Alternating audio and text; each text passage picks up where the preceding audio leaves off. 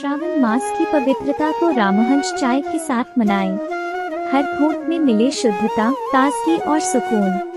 रामहंस चाय, परंपरा और स्वाद का अनोखा संगम जो आपकी हर सुबह को खास बनाए। નમસ્કાર, હું છું ગોપી ગાંગર. આપ જોઈ રહ્યા છો નિર્ભય ન્યૂઝ. છેલ્લા લગભગ 2 મહિનાથી વધારે સમયથી ગણેશ ગોંડલ જેલની અંદર છે અને ગણેશ ગોંડલના જામીન અરજીને લઈને આજે જૂનાગઢની સેશન્સ કોર્ટ મહત્વનો ચુકાદો આપવાની હતી અને સેશન્સ કોર્ટે હવે મહત્વનો ચુકાદો જે છે તે આપી દીધો છે. ગણેશ ગોંડલના જામીન જે છે તેને રદ કરવામાં આવ્યા છે. કયા કારણોસર ગણેશ ગોંડલના જામીન રદ થયા જાણીશું આ રિપોર્ટમાં.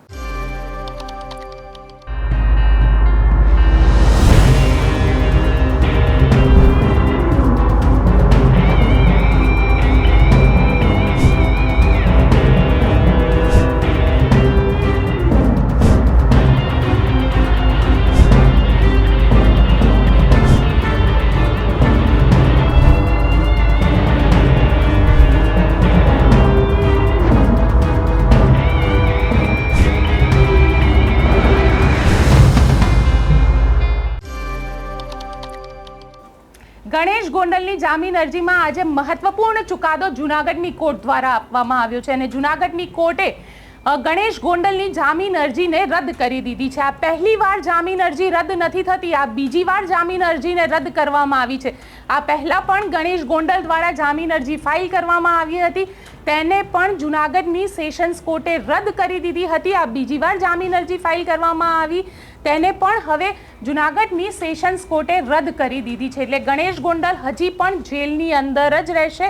ગણેશ ગોંડલની જે મુસીબત છે તેમાં વધારો થયો છે. ક્યાંક ને ક્યાંક જે રીતે ત્યાં આગળ આર્ગ્યુમેન્ટ કરવામાં આવ્યા હતા, એ ફરિયાદી સંજય સોલંકીના વકીલ હોય કે પછી જૂનાગઢ પોલીસ તરફથી આર્ગ્યુમેન્ટ કરવામાં આવ્યા હોય, તેના કારણે હવે જે જામીન અરજી ગણેશ ગોંડલ દ્વારા ફાઇલ કરવામાં આવી હતી તેને રદ કરી દેવામાં આવી છે. મુખ્ય મુદ્દાની જો વાત કરવામાં આવે તો જૂનાગઢ પોલીસની એવી દલીલ હતી કે હજી હાઈકોર્ટની અંદર એક રિવિઝન રિમાન્ડ પિટિશન ફાઇલ થયેલી છે, જેમાં પોલીસ ગણેશ ગોંડલ અને અન્ય જે લોકો છે તેમના રિમાન્ડ લેવા માંગે છે. કારણ કે લોઅર કોર્ટમાં જ્યારે તેમને રજૂ કરવામાં આવ્યા હતા ત્યારે લોઅર કોર્ટે તેમને રિમાન્ડ નહોતા આપ્યા, એટલે તેના રિમાન્ડ લઈ તેમની સાથે પૂછપરછ કરવાની જે માંગ છે તે જૂનાગઢ પોલીસની છે અને પોલીસ તેની અંદર હવે ગુજરાત હાઈકોર્ટ તરફ ગઈ છે અને ગુજરાત હાઈકોર્ટની અંદર આ એપ્લિકેશન જે છે તે ફાઇલ થયેલી છે.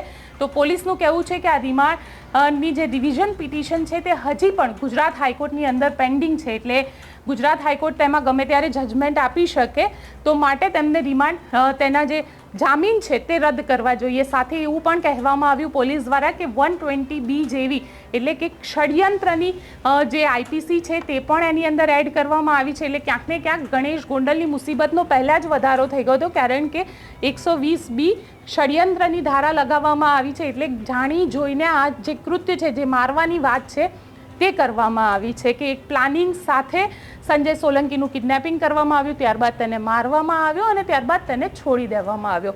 આખી વાત પોલીસ દ્વારા કરવામાં આવી છે. જ્યારે સંજય સોલંકીના વકીલ જે છે સંજય પંડિત, તેમના દ્વારા એવી દલીલ કરવામાં આવી હતી કે જે ગણેશ ગોંડલના સાથી છે અલ્પેશ ઢોલરિયા, તેમને કહ્યું હતું કે જામીન મળી જશે, 2 દિવસમાં આપણી વચ્ચે હશે.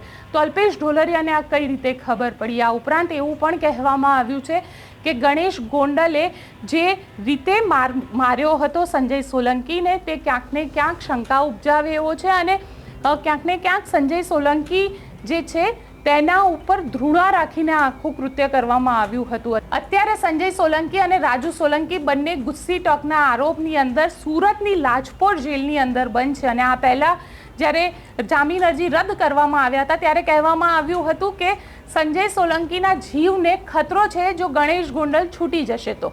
હવે પણ એ જ પ્રકારની દલીલ જે છે તે કોર્ટમાં રજૂ કરવામાં આવી છે અને આજે કોર્ટે ગણેશ ગોંડલના જે જામીન છે તેને રદ કરી દીધા છે. એટલે હવે ગણેશ ગોંડલે જેલમાં રહેવું પડશે. હજી પણ એક કહી શકાય કે લાંબો સમય સુધી જેલમાં રહેવું પડશે, કારણ કે ગુજરાત હાઈકોર્ટમાં જશે, હાઈકોર્ટની અંદર એપ્લિકેશન ફાઇલ થશે, તેના ઉપર સુનાવણી થશે. એટલે જે આખી પ્રોસિજર છે તે પ્રોસિજર હજી પણ 1-8 મહિનો લઈ શકે અને તેવામાં જો રિમાન્ડ આપવામાં આવે છે ગણેશ ગોંડલને તો પોલીસ આગળ ઇન્વેસ્ટિગેશન કરશે અને એક નવી ચાર્જશીટ પણ એની અંદર અટેચ કરશે, કારણ કે પહેલી ચાર્જશીટ ફાઇલ થઈ ગઈ છે અને એ ચાર્જશીટને ઓપન રાખવામાં આવી છે. એટલે બીજી ચાર્જશીટ આની અંદર જોડી શકાય. જો રિવિઝન પિટિશન જે છે તે ગુજરાત હાઈકોર્ટની અંદર પોલીસે રિમાન્ડ આપી દીધા તો એક નવી ચાર્જશીટ પણ તેની અંદર જુનાગઢ પોલીસ જે છે તે ફાઇલ કરી શકે છે. અને સાથે ગણેશ ગોંડલે હવે જામીન જોઈતા હશે તો ગુજરાત હાઈકોર્ટનો દરવાજો ખખડાવવો પડશે. આપ શું વિચારો છો મને કોમેન્ટ બોક્સમાં લખીને જણાવજો અને અમારી ચેનલ નિર્ભય ન્યૂઝને લાઇક, શેર અને સब्सक्राइब करवाना भूलशो नहीं. आभार. श्रावण मास की पवित्रता को रामहंस चाय के साथ मनाएं. हर घूंट में मिले शुद्धता, ताजगी और सुकून. रामहंस चाय परंपरा और स्वाद का अनोखा संगम जो आपकी हर सुबह को खास बनाए.